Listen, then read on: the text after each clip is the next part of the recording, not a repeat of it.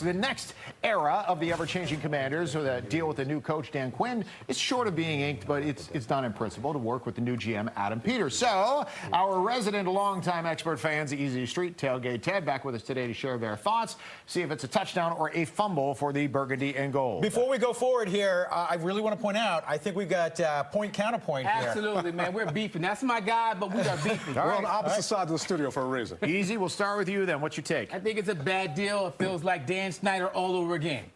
I really do. I need a little context for Yeah, this. Listen, okay. What don't you like? I think that they waited to the last minute. They waited too long. They put all their eggs in the Ben basket. Ben decided to stay in Detroit, and now we end up with this guy. I'm not happy at all. All right, so Mr. Ted, counterpoint.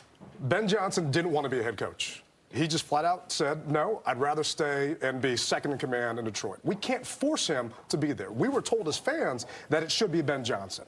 But he said no. So at that point, I would rather have a man that's done this before. We don't know if Aaron Glenn would be able to do it. We don't know if Ben Johnson could do it. But we do know that Dan Quinn brought a team to the Super Bowl. Yes, they lost, but he brought a team there. Guess who else lost before? Andy Reid. Bill Belichick, Oh, you're not going to compare him to Andy Reid, But he lost his first time around and won the second time around. He's 43 and 42 as a head coach. We know that for a fact. They got him up out of Atlanta for a reason. We know that he was in Seattle. He did win won a Super Bowl with Seattle Seahawks, right? But him coming to D.C. from Dallas, I just don't like the optics of it at all. Because it's Dallas? Yes, absolutely. Oh, come on, Easy. Absolutely. I got this a isn't problem Norv with that. Turner. This is why we have to keep them separated. All right, my next question, was there a better candidate that was still out there, like a Belichick or a Pete Carroll? Would you rather have somebody else be the coach? No. Bill Belichick wants full control, and he's too old. Same with Pete Carroll. Bill Belichick is actually younger than Pete Carroll. No, wait a minute. I'm old. That's okay. You can be old and You're still not be as good. old as them. Easy. Oh, okay. Well, I have to agree with him. You can't get Belichick, but I think we should. EB, I think that, I'm still telling you, I think that Eric Bieniemy could have been the answer here in D.C. They should have gave this guy a chance. I know we interviewed him, but I would love to have seen him as the head coach. I want to ask you guys this, and Easy, based on your take on this so far. We had John Keim on earlier from ESPN, right? And I made the analogy, and it's a stretch here, but bear with me, right? Fans, and I'm asking you guys this as a fan, fans bought into the Ben Johnson, even though it was not a done deal, right? And you had that feeling when you look at other assistants from this team that have gone on to have success elsewhere. You're kind of looking, if you think of a car, you're looking at that hot new maybe EV. It's something that's hot and fresh. Instead, you got an F-150. But it's still trusty, right? It's still reliable.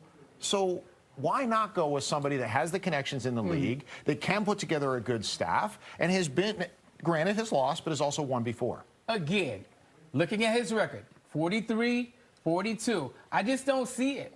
I don't see it happening with this guy. I think that we should have went younger.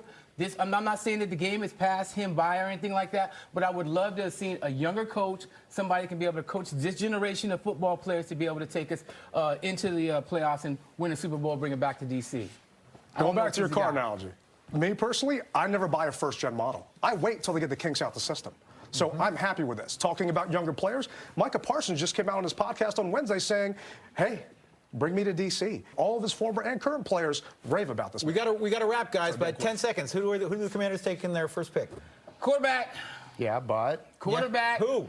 Mel Kiper Caleb. says... Jaden Daniels. Mel Kiper says Jaden Daniels now. Jaden I know Daniels. you've been on board with him. Do you agree or not? Yeah, Caleb, bring him home. Well, I want the homie. If you can get him. I mean, that's the key, We'll see right? if Chicago doesn't get him. All right. We're going to keep them separated for a minute. In the end, they're going to hug. They'll make up. It'll be all good stuff. That's coming up. Our Insta poll question today, we're asking 1 to 10, how do you feel about Dan Quinn as your new coach?